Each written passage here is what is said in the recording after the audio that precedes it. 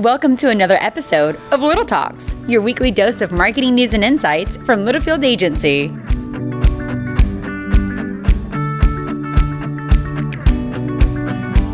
Brenda, thank you for that wonderful welcome. We are going to start rolling now. Roop, it is great to see you, and it is great to see T-Dog. T-Dog, what's going on, buddy? Tom's in the house. Look at Sam just pick it up and do it. Just picking up. Happy Wednesday, everybody. We are live from Littlefield Agency. Not technically live, but we are right now. We are. We're recording live. We are in Tulsa, Oklahoma. Yeah. It's good to have you back. Happy August. It's 106 degrees here today. But what's the heat index going to make it feel like? Good Lord, who knows? I bet 112. Did you see the weather next week? Oh, no. 89 is the high. Really? Yeah, I think there's one 90-degree day, but I'm hoping that goes down. It's awful, but I guess it is August in Oklahoma. Have we talked about why they give us the temperature and then we always have to go do the math of what it really feels like with the heat index? Why isn't the heat index number just what it is? It is, yeah. I don't know. It's a weird. That's a really interesting point. I'm going to ask Trav Myers about that. You buddies with Travis Meyer? He is a Isn't local everybody? celebrity. I think everyone is. Everyone loves that guy. I think Carrie knows him, actually, yeah. Brandon, is everything okay? Okay, cool. You just got up and we want to make sure that we are all good. So, hey, we have huge news tomorrow. You want to announce it? It's your department. You should announce it. Yeah. Tomorrow we have a new developer starting at Littlefield Agency. His name is Philip Yong. Brandon, insert fanfare music here. Yeah, we are super excited. Sid the kid left us for greener pastures. She's going to try something new, I think. Yeah, we miss her. We love Sid. And her last day was on Thursday. Yep. God, we're going to miss her. She was just such a great culture fit and personality-wise here at the agency. Yeah, we hope to see her around. And I told her, I was like, Sid, I better see you up here. She's not leaving Tulsa, I don't believe. On the last day, I wore some Nike kicks and a Nike shirt and shorts. So that'll definitely be part of her legacy. That was her, sure Nike. was. She's very Nike-ish. So we have Philip coming in here. Philip is actually from Malaysia and moved to the U.S. on a student visa, went to school in Michigan, came down here in Oklahoma to finish school. Mm-hmm. Living in Edmond, is actually in the process of moving to Tulsa. He came in here. He is going to be a great fit within the agency, super talented in the sense of development. So we can't wait to have him here. Philip, welcome to the agency. Yeah. He'll be here all day tomorrow. All day tomorrow? And then once he officially moves to Tulsa, just down the road in Edmond. But I'm excited to have him here. It'll be good. Yeah, we may have him on the podcast sometime. I think he'd be a great personality on a podcast. So Philip comes in.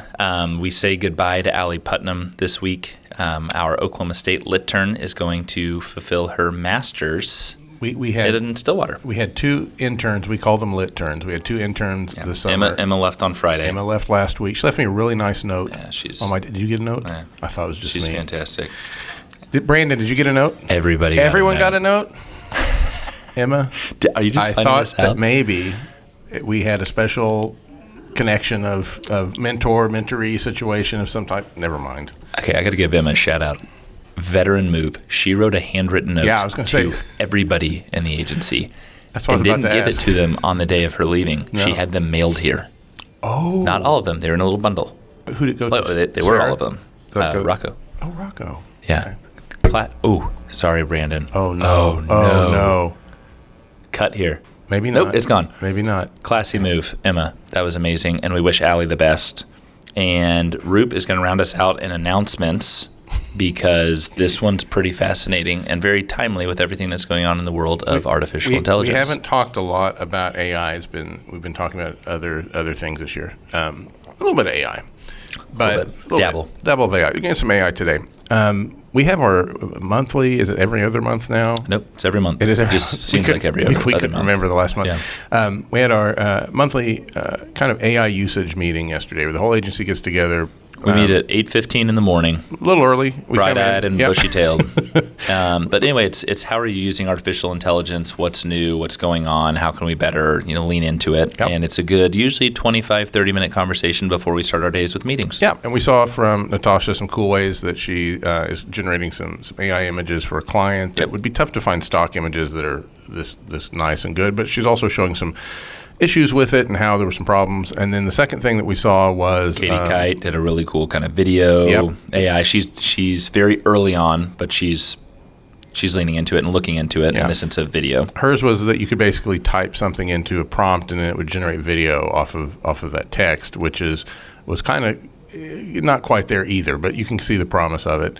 The third one disturbed me the rest of the day. It was basically my coworkers decided to take a 90-minute segment that I think Brandon betrayed me and gave them.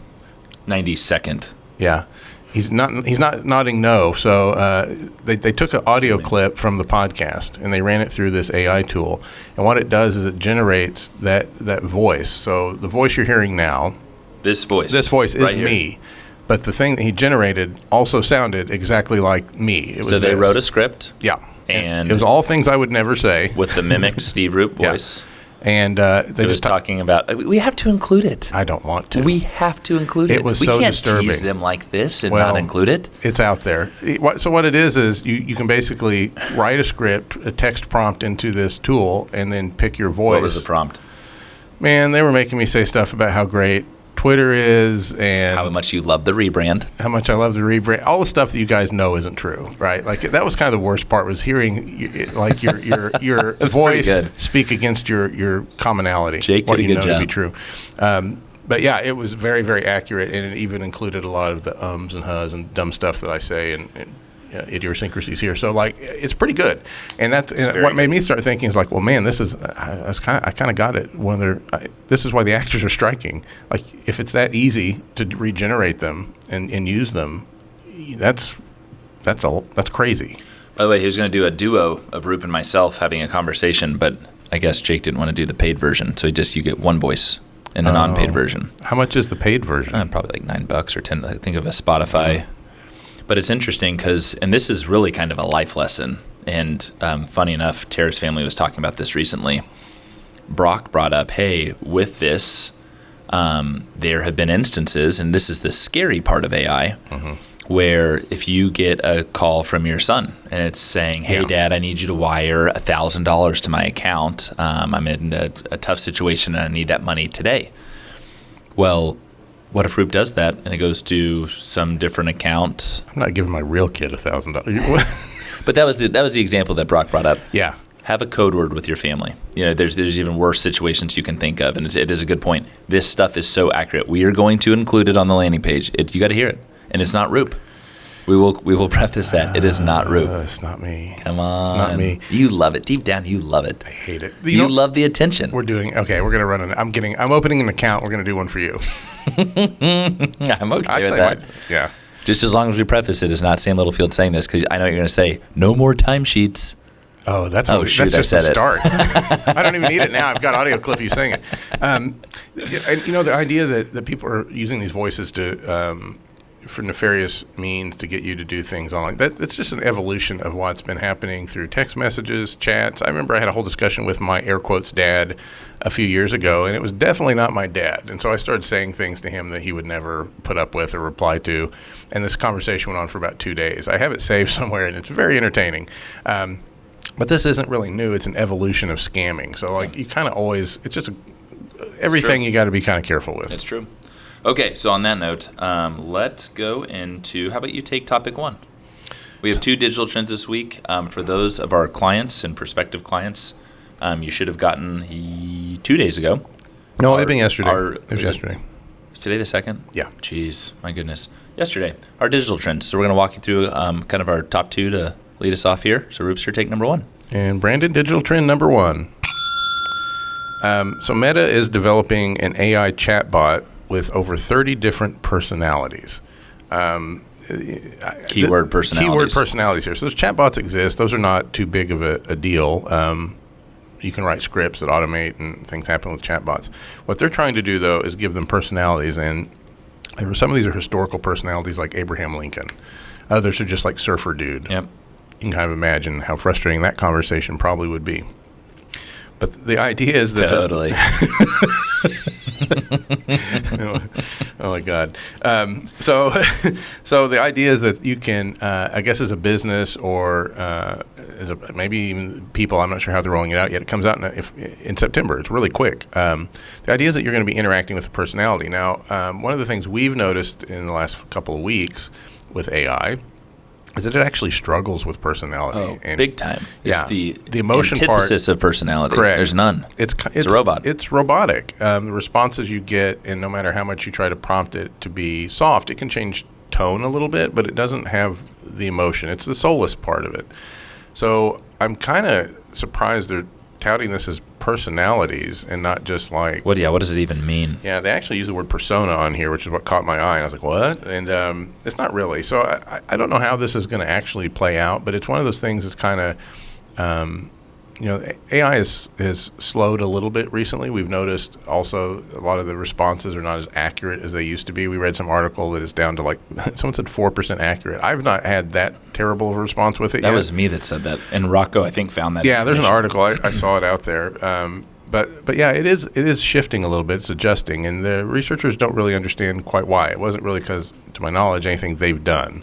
But it's getting a little bit worse. So I'm dying to see what Meta does here with emotion. If they kind of crack the emotion code somehow, I doubt it. But is this another thing that someone's slapping an AI label on where it's not really AI? This is something that's existed a long time and you're just trying to catch some headlines. Which is funny coming from Meta, considering Zuck is one of the most like stoic, robotic humans out there. I think he's one of the personalities, by the way. That one will be easy to do. You could do that one now.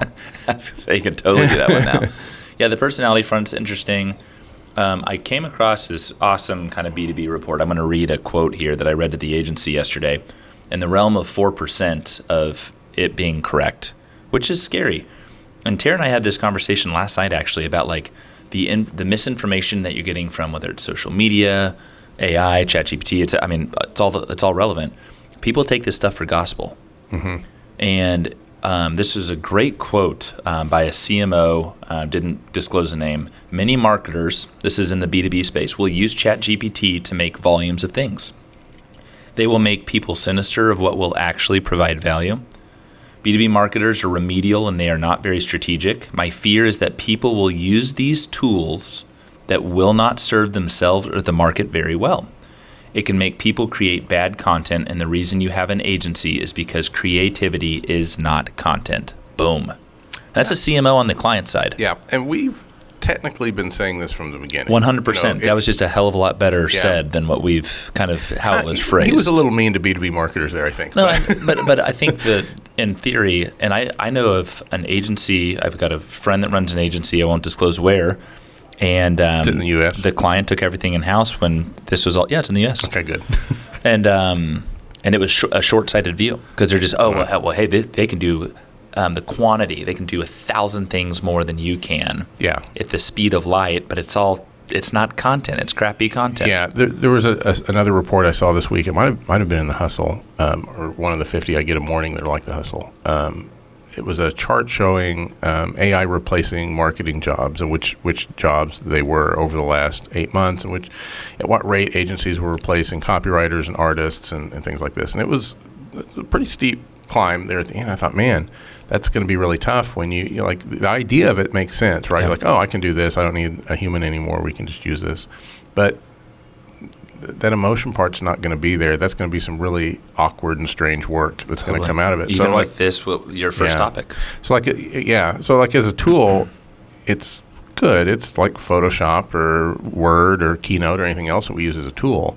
But as a replacement for a human, it's just not. That shouldn't really be a thing. Which is interesting. Ad Age just rolled out some of the top agencies of the year from small to large. And where were we ranked? Number one. Just kidding. One day. But it's quite the intense application process. And I went and visited a few of the winners, their websites. The amount of agencies, and they're all saying the same thing, of human-centric approach. Oh, that's a phrase we now. use technology, but at the end of the day, it's a human. It's like, well, yeah, thank you. But a lot of them are saying that now. And it had crossed my mind months ago, like, hey, do we take this? But it's like, well, no, duh. Yeah, it's a tool. So we'll keep you posted. We use it and check it. It's interesting. The second one is interesting and timely in the sense of... Topic number 2, Brandon. Topic number 2, Brandon. Okay. Thank you so much, Rube. Yeah. The headline here is Meta AR, augmented reality, ambitions take a hit and as Apple pushes ahead. Amid its broader metaverse push, Meta is developing AR glasses. Okay, you can think of Google glasses. There were Snap glasses. They have all failed. Apple and its splash in AR. But its AR project, an extension of its current Ray-Ban Stories glasses, isn't going to be as smoothly as hoped. And Apple is moving ahead with its Vision Pro mixed reality device. Look at Roop's glasses for those that are watching. This is the end game, right? For you to be able to wear something seamless, not bulky. You think of the Meta headsets, the virtual reality headsets, and it's still not. And we think of it truly in the sense of user experience. Yeah. We had a whole podcast on this about a year ago. We had a whole podcast. So here's the thing, and I find this really interesting, and I want to focus on user experience. When I was on a plane last Tuesday, I sat next to this really, really, really smart professor. I actually got his number. He gave me his number. He's been at TU for 35 years, was very fascinated that I owned a marketing agency.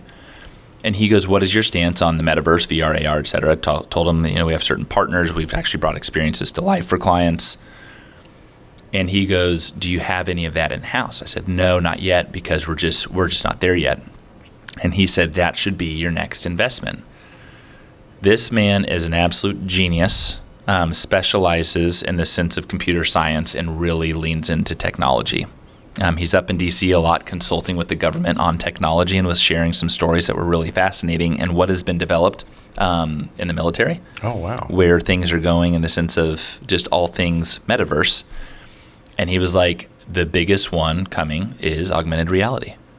And I really think that we are close, but we're just not there in a seamless user experience. Roop and I were talking about it earlier.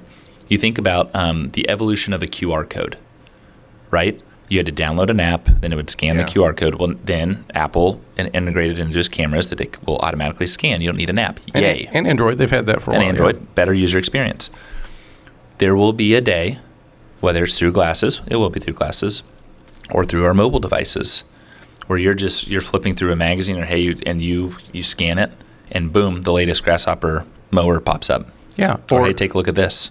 If you think about how it's there now. If you played Pokemon Go, you had augmented reality. If you've tried to buy furniture at some furniture shops, you can stage it in your point the camera at your living room, and it'll show you where the couch would fit in your living room. I think Amazon has this in a few different categories as well. So it's kind of there through your phone or through the camera. The idea, though, is that it's a little janky, but it's there. A little, yeah. The idea, though, is that instead of having to whip your phone out and do these things or an app, is that it's just kind of built into your glasses and it's part of your day. So you look at a building, which Google does this right now too. When I was in San Francisco last year, we used this for a while. You walk around and you can point Google Lens at a building, and it'll give you some augmented history, super cool video and stats and stuff around it. That idea, and just without having to get your phone out, is I think the step.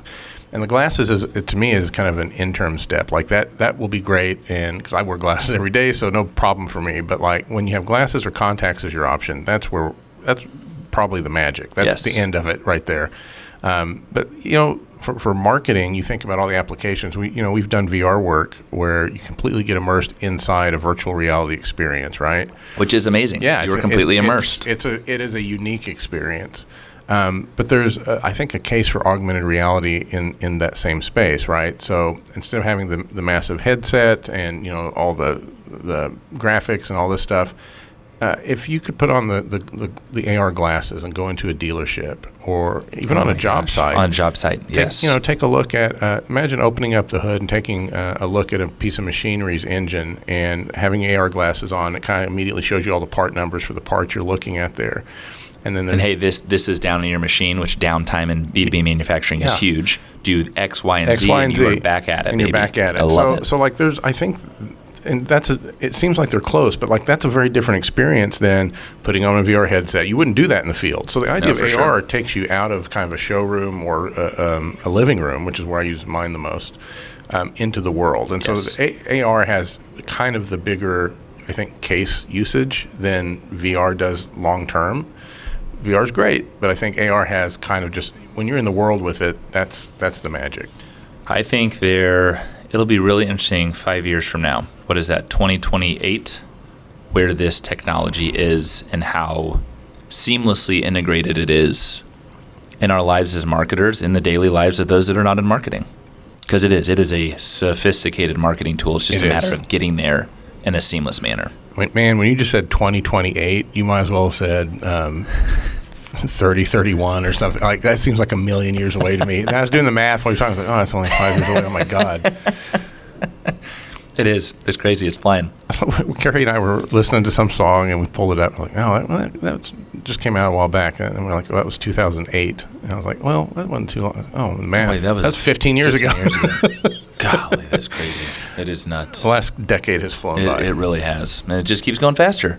Yeah. So but you're aging well, like a fine wine. Well, I appreciate it. Yeah. You still have more hair than I do. For now. That's what I need augmented reality for. So you can just walk around. When you look at me, you're just going to see hair. Oh, goodness. Okay, I think that is it for this week. Next week, we have Mike in office on Wednesday. We can't wait to see him. Grasshopper Mike. Here to talk content. Talk all things content. Yep. But anyway, for those, like I said, last week, this week, we will continue to wish you well and cooler weather, and it is coming. Brandon, thank you for everything. And Brenda, take it away. We'll see you next week. Adios. Bye-bye. And that's a wrap. We hope you've enjoyed our little chat and found ways to grow your own marketing strategies. Remember to subscribe wherever you listen to podcasts and follow us on social media @Littlefield Agency.